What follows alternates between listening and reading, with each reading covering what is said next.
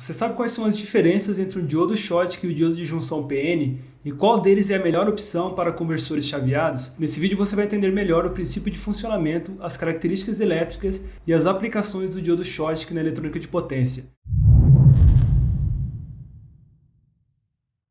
Bom, aqui no canal eu já fiz um vídeo específico sobre o diodo de potência de junção PN, onde eu explico todo o seu princípio de funcionamento, como é calculado a dissipação de potência, mas só para recapitular, os diodos de junção PN utilizam dois semicondutores que são dopados, um de forma positiva e o outro de forma negativa. A junção desses dois semicondutores formam a famosa junção PN, que tem características de retificação. No caso do diodo Schottky, isso é feito utilizando um material metálico com um semicondutor.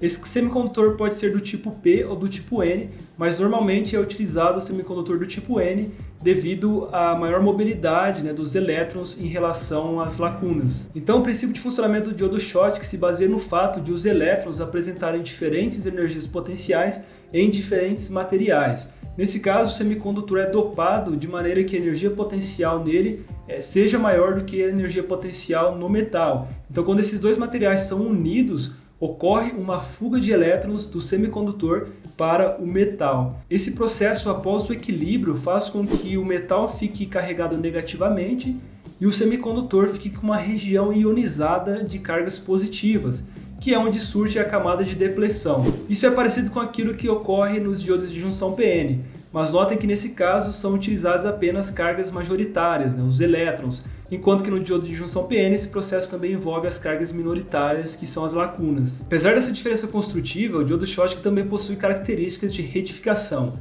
Em outras palavras, para que ele conduza corrente, é necessário polarizá-lo de forma direta. Então ele só vai conduzir corrente em um dos sentidos. E nessa configuração entre o metal e o semicondutor, a camada metálica representa o anodo e a camada semicondutora o catodo.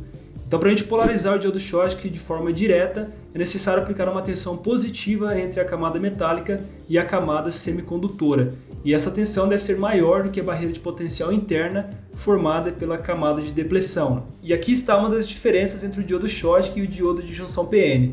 Se vocês prestarem atenção, a camada de depleção no diodo Schottky se forma apenas no material semicondutor. Existe uma pequena parcela no material metálico, mas a queda de tensão ali é praticamente insignificante. E por isso que o diodo de junção PN possui uma queda de tensão direta relativamente maior do que o diodo Schottky. E outra vantagem do diodo Schottky é o fato de ele utilizar apenas cargas majoritárias, os elétrons. Por isso ele possui uma resposta muito mais rápida. E para os conversores chaveados isso é um ponto positivo, já que eles operam normalmente em altas frequências. Mas para vocês entenderem melhor os impactos dessas características no funcionamento do diodo em um conversor chaveado, vamos retomar aqueles cálculos que eu apresentei no vídeo do diodo de potência. As perdas ou a dissipação de potência em um diodo operando em um conversor chaveado é separado em duas parcelas.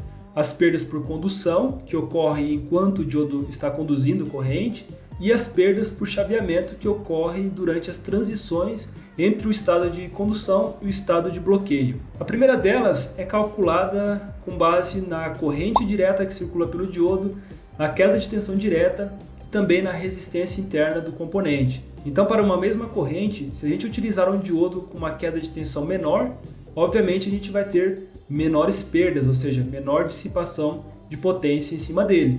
Por outro lado, as perdas por chaveamento consideram principalmente o parâmetro relacionado à carga elétrica durante a recuperação reversa do diodo. Como o diodo Schottky possui uma recuperação reversa muito menor do que o diodo de junção PN, esse parâmetro acaba sendo também muito menor no diodo Schottky. Por isso a gente também tem perdas por chaveamento menores. Ou seja, usar um diodo Schottky no lugar de um diodo de junção PN pode melhorar a eficiência de um conversor. E essas características não impactam apenas o próprio diodo, elas também influenciam em outros componentes do conversor chaveado. Para deixar isso mais claro, vamos aqui para a tela do computador. Nessa simulação da ElectroSpice eu tenho dois conversores Buck que operam com os mesmos parâmetros de projeto. Ambos possuem uma tensão de entrada de 15 volts, geram uma tensão na saída em torno de 5 volts, funcionam com uma frequência de 50 kHz e possuem os mesmos componentes. A diferença é que no conversor de cima eu estou utilizando um diodo ultra rápido de junção PN e no conversor de baixo eu estou utilizando um diodo Schottky. Aqui nessas formas de onda ao lado eu tenho a corrente em cada um dos diodos. Notem que a corrente no diodo de junção PN possui aqui um pico negativo Isso ocorre devido àquela característica da recuperação reversa. Como esses diodos precisam reorganizar os elétrons e as lacunas durante o bloqueio, para que a camada de depressão se forme novamente, existe essa circulação de corrente no sentido reverso do diodo. Então, quando a corrente chega a zero, o diodo não bloqueia imediatamente. Ele continua conduzindo a corrente no sentido oposto até chegar a um pico e depois, quando retorna a zero, o diodo entra de fato em bloqueio. Mas no diodo Schottky a gente praticamente não observa esse fenômeno, pois ele possui uma resposta muito mais rápida, já que não precisa reorganizar a camada de depressão. Mas o que eu quero mostrar para vocês é que esse fenômeno impacta também no funcionamento do MOSFET. Se a gente analisar aqui a corrente no MOSFET do conversor de cima, notem que o pico da corrente do diodo também circula pelo MOSFET. Isso porque a corrente que vai passar por ele vai ser a soma da corrente na carga, da corrente que passa pelo indutor, e a corrente que está circulando no sentido reverso do diodo. Já no caso do conversor com o diodo Schottky, a corrente no MOSFET apresenta uma transição bem suave, já que o diodo tem uma resposta muito mais rápida. E quando a gente analisa as perdas em cada um dos componentes, vou começar aqui pelo diodo, a gente confirma aquilo que eu mencionei anteriormente. Pelo fato do diodo de junção PN possuir uma queda de tensão direta maior e também uma resposta mais lenta, a gente tem perdas por chaveamento e por condução maior do que no diodo Schottky. Então, se a gente comparar aqui a dissipação em cada um deles, vou tirar o zoom e vou calcular aqui a dissipação média no diodo de junção PN, a gente tem aqui um valor em torno de 2 watts. Já no diodo Schottky, essa dissipação é de menos de 1 watt, em torno de 866 miliwatts, então é uma diferença muito grande. E se a gente analisar também no MOSFET, a dissipação no MOSFET do conversor com diodo de junção PN é de 614 miliwatts e no conversor com diodo Schottky essa dissipação no MOSFET é de 412 miliwatts. Então também temos uma diferença muito significativa, confirmando que o funcionamento do diodo também influencia na dissipação de potência do MOSFET. E esse fenômeno não ocorre apenas no conversor Buck. Qualquer conversor que utilize essa configuração entre o MOSFET e o diodo operando de forma complementar vai apresentar essa característica onde a recuperação reversa do diodo afeta também o MOSFET. Então, no conversor Buck, no conversor Buck Boost, no conversor Boost, entre outras topologias. Por isso que é importante a gente escolher cuidadosamente os componentes que a gente vai utilizar, utilizando diodos com recuperação reversa menor possível, respostas rápidas, e também é importante a gente considerar essa recuperação reversa no cálculo da dissipação de potência do MOSFET, para que ele não aqueça desnecessariamente. Isso eu também já abordei em um outro vídeo aqui do canal. Uma outra característica importante que a gente deve considerar nos diodos é a capacitância. Devido à construção desses componentes, surge ali uma capacitância parasita, uma vez que a gente tem diferença de potencial entre as camadas semicondutoras, ou entre a camada semicondutora e a camada metálica, e entre elas a gente tem a camada de depressão que funciona como se fosse um dielétrico. O problema é que essa capacitância, dependendo do conversor, pode ressonar com indutâncias parasitas também no circuito, apresentando transitórios bem severos.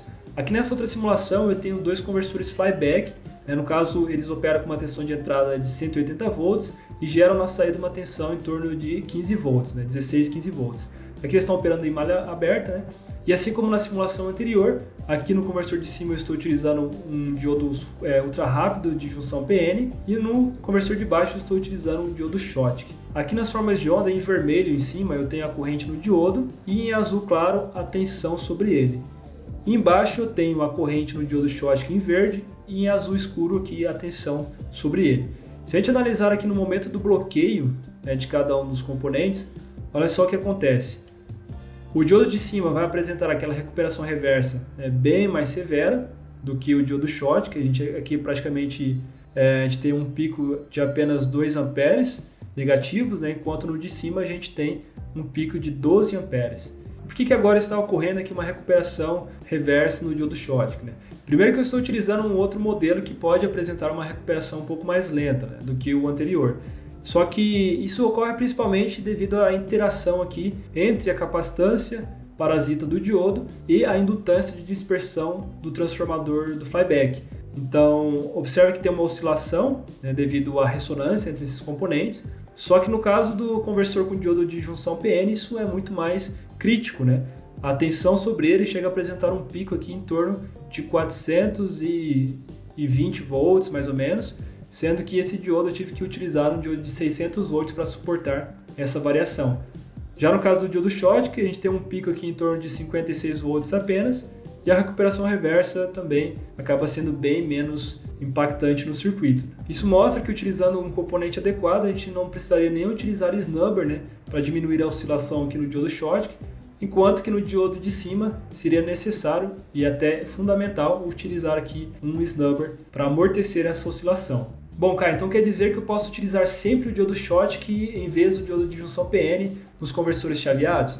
Bom, a resposta é não, porque o diodo Schottky possui algumas desvantagens que eu ainda não mencionei. A primeira delas é que a tensão de bloqueio desse tipo de diodo costuma ser menor do que o do diodo de junção PN. Então no mercado a gente consegue achar diodos Schottky com uma tensão de bloqueio de no máximo 250 volts. E dependendo da aplicação é necessário utilizar um diodo com uma capacidade de bloqueio bem maior. Por exemplo, em uma fonte que possui um estágio PFC seguido por um conversor flyback, a gente conseguiria utilizar um diodo Schottky no estágio de série do conversor flyback, mas no estágio PFC o diodo precisaria bloquear uma tensão em torno de 400 volts e já ficaria difícil utilizar um diodo Schottky nesse caso. Outra desvantagem é que o diodo Schottky possui uma corrente reversa consideravelmente maior que o diodo de junção PN. Isso porque ele opera apenas com elétrons e isso facilita a fuga de corrente entre o cátodo e o anodo durante o bloqueio. Só que o maior problema disso é que a corrente reversa é diretamente proporcional à temperatura. Então, quanto maior a temperatura de operação do diodo, maior vai ser essa corrente de fuga e isso pode causar uma instabilidade térmica no componente, caso não seja feito um projeto térmico adequado. E é importante lembrar ainda que a temperatura máxima de operação do diodo Schottky costuma ser menor do que a do diodo de junção PN.